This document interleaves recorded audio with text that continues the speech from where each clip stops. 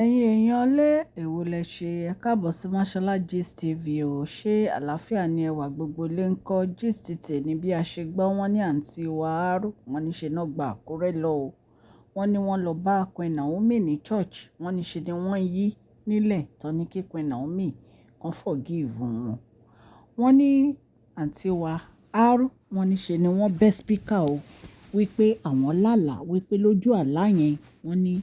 ṣe ni nǹkan ṣẹlẹ̀ ẹ jẹ́ ká jọ wọ inú gist tèmi. bí a ṣe gbọ́ allegedly wọ́n ní àǹtí wa ní àwọn lálàá wípé nínú ọjà àwọn eléégún ń lé àwọn o àti àwọn àgbàlagbà wọ́n ní báwọn ṣe sáré wọ́n wá láwọn débi kànga wọ́n ní díẹ̀ ló kù káwọn já sínú kànga wọ́n ní báwọn ṣe jí nìyẹn wọ́n ní kí Queen Naomi jọ kán dárí ẹ̀ṣẹ̀ àwọn jì àwọn wípé ẹlẹ́ṣẹ̀ ò lè mọ ẹ̀ṣẹ̀ lẹ́bi kó pẹ́ lórí ìkúnlẹ̀ wọ́n ní kí Queen Naomi dáríjì wọ́n ẹ̀yin èèyàn ilé ẹ jẹ́ ká jọ wọ inú gist tèmi. Mashola Gist TV ń kí yín Mashola Gist TV ń kí yín adúpẹ́ atọ́pẹ́dá Mashola Gist TV ń kí yín Mashola Gist TV ń kí yín o ó ní ẹ ṣé o lọ́wọ́ ọkùnrin lọ́wọ́ obìnrin lọ́wọ́ ọmọdé lọ́wọ́ àgbà lórí gbogbo bẹ́ẹ̀ ṣe ń comment tẹ̀ ń like tẹ̀ ń share àdúpẹ́ ní ọwọ́ gbogbo yín Mashola Gist TV ń kí yín ẹ̀yin olólùfẹ́ wa ẹ káàbọ̀ sí Mashola Gist TV ṣé àlàáfíà ni ẹwà gbogbo lè ń kọ́ orúkọ mi ni Mashola kò yí padà a máa ń sọ̀rọ̀ nípa celebrity gist royal gist politics àti gbogbo nǹkan tó ń ṣẹlẹ̀ ní agbègbè orílẹ̀-èdè bàbá wa ní ilẹ̀ Nàìjíríà a ń sọ̀rọ̀ nípa celebrity gist royal gist politics àti gbogbo nǹkan tó ń ṣẹlẹ̀ ní orílẹ̀-èdè wa ẹ̀yin èèyàn lè tẹ́ bá ti subscribe ẹ tẹ notification bell kẹ́ ẹ subscribe so that a bá ti post any gist ẹ máa rí à ń sọ Yorùbá lórí channel yìí nítorí pé a fẹ́ gbàgbé àṣà àti èdè wa ẹ̀yin èèyàn lé à ń ṣe advert lọ́lọ́kùn òjọ̀kan lórí channel yìí ẹ kàn sí wa ní Mashola Gist TV ọlọ́run elédùnmarè á bá mi gọ́wọ́ yín sókè o ọlọ́run elédùnmarè á bá mi ran gbogbo yín lọ́wọ́ o òkè òkè ní ọlá yín á máa lọ o ọlá yín ò ní lọ ìsàlẹ̀ láéláé. ẹ̀yin èèyàn lé wọn ní bí àǹtí wa ó ṣe gba church Queen Naomi lónìí yẹn tó ní pé kí Queen Naomi dáríjì òun o wípé òun ti dé labs bus stop o wípé lójú àlá àwọn eléégún àtàwọn arúgbó ń lé òun wípé ibi tóun ti ń sáré lọ òun wá fẹ́ já sínú kànga pé kànga yẹn jì gan wípé ká lóun já síbẹ̀ ni nǹkan tá à ń sọ ìkọlà bá máa sọ ó ṣàlàyé ó ní béèyàn bá ń léèyàn téèyàn bá bá ní èèyàn ń padà ní ẹ̀yin èèyàn lé èyí tún lágbára o wọ́n ní lójú àlá yìí wọ́n ní àwọn eléégún yìí ń sọ fún àǹtí wa pé kán lọ jẹ́wọ́ ẹ̀ṣẹ̀ wọn wípé gbogbo ẹ̀ṣẹ̀ tí wọ́n ti dá pátápátá wípé kán lọ jẹ́wọ́ wípé àwọn náà ń ṣera wọ́n ní nǹkan tí àwọn eléégún yìí ń sọ fún wọn lójú àlá nìyẹn wọ́n ní wọn ò jẹ́wọ́ ibi tó ń lọ fún àwọn aráalé wọn torí ṣe mọ̀ pé ìgbà tí kábíyèsí ti lé wọn kúrò ní palace nítorí picture Queen Naomi tí wọ́n ṣe investigation lé lórí wọn ní family house wọn náà wà bẹ́ẹ̀ dẹ̀ la gbọ́ pé ṣìgìdì tí wọ́n tún lọ rà ó ń lé wọn kiri inú ilé wọ́n ní wọ́n ní kán lọ jẹ́wọ́ pé àwọn náà ń ṣera wọn tán bá ti jẹ́wọ́ ẹ̀ṣẹ̀ wọn wípé gbogbo ọ̀rọ̀ wọn á dayọ̀ wọ́n ní bó ṣe gbéra nìyẹn tó gba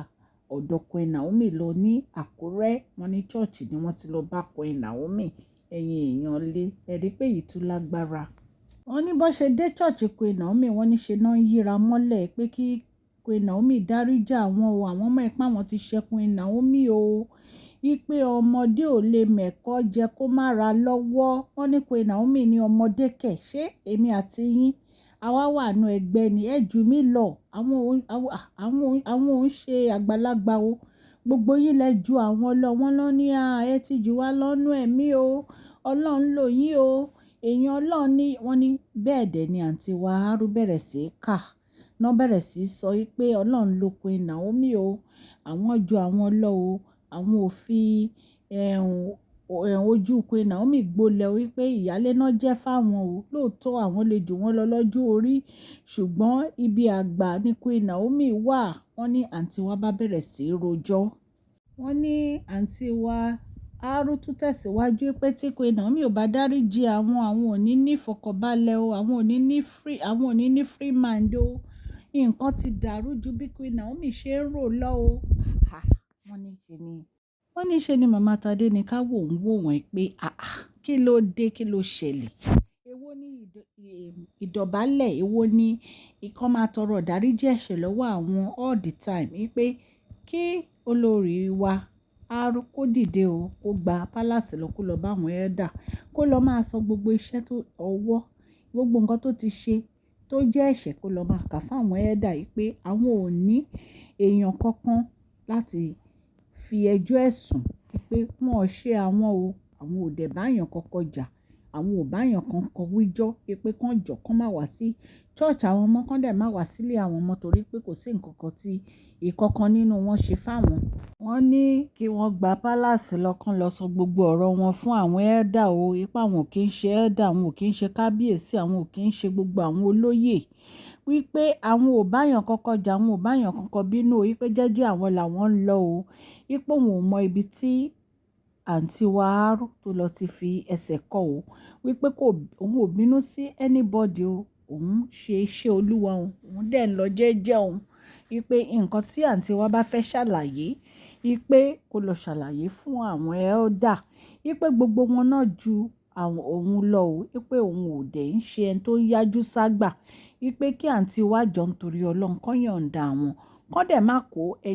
irú ẹjọ́ báyìí wá bá wọn mọ́, wípé àǹtí wa ò ṣe àwọn, wípé kò sí ètò ṣe àwọn nínú gbogbo wọn. Wọ́n ní nǹkan tí Queen Naomi, wọ́n ní nǹkan tán sọ fún àǹtí wa Aro nìyẹn. Wọ́n ní ẹsẹ̀ àǹtí wa Aro ló bá ń gbára wọn. Wọ́n ní bó ṣe kúrò ní Akure nìyẹn. Èèyàn lè bá ṣe gbọ́ gist ní ká mú wá fún yín. Ẹ rí pé yìí tún lágbára. Àfi k'Ọlọ́run máa ṣàánú wa. Ẹ̀yin olórí, ẹ máa tọrọ ìdáríjì ẹ̀ṣẹ̀ kiri ní gbogbo ìgbà. All the time lẹ́ ń tọrọ ìdáríjì ẹ̀ṣẹ̀. Tó bá tó dọ̀la ní ìsìn, ẹ tún máa ṣe nǹkan mi. Every time lẹ́ ń tọrọ ìdáríjì, nǹkan tí àwọn èèyàn fi ń bínú nìyẹn nípa picture Queen Naomi tó disappear nínú palace pé tí kábíyèsí ò bá gbégbèsè, àwọn gangan àwọn máa gbégbèsè lórí ọ̀rọ̀ yìí. So gist tá a gbọ́ lẹ́ni ní ìta ní ká mú wá fún yín. Ọlọ́run Elédùmarè aláàánú á bá mi wà pẹ̀lú gbogbo yín o. Gbogbo ẹ̀yin new subscribers ẹ káàbọ̀. Old subscribers ẹ kú lé, mo kí yín. Ọlọ́run aláàánú á jẹ́ kí ọwọ́ yín kó máa ròkè. Gbogbo ọwọ́ tẹ́ fi ń tẹ subscribe, share, like, comment, gbogbo ẹ̀ pátápátá. God will continue to bless you abundantly. Ẹ ní tọrọ jẹ, ẹ ní tọrọ mu o. Ní agbára Ọlọ́run òkè ni ọlá yín á máa lọ. Ẹ bá mi fún fídíò yìí ní thumbs up o. Ọlá yín ò ní lọ ìsàlẹ̀ láíláí. À ń ṣe celebrity gist àti royal gist wa Monday to Friday. Bẹ́ẹ̀ dẹ̀ ni à ń ṣe politics gist wa. À ń ṣe ní weekend, Saturday and Sunday. Advert wa ọjọ́ Saturday and Sunday náà là ń ṣe advert wa. Ẹ̀yin èèyàn lé, mo dúpẹ́ lọ́wọ́ yín, ẹ subscribe o. Ẹ fún fídíò yìí ní thumbs up o. God Almighty will bless you. Please share this video, like and subscribe. Thank you so much. Love you all.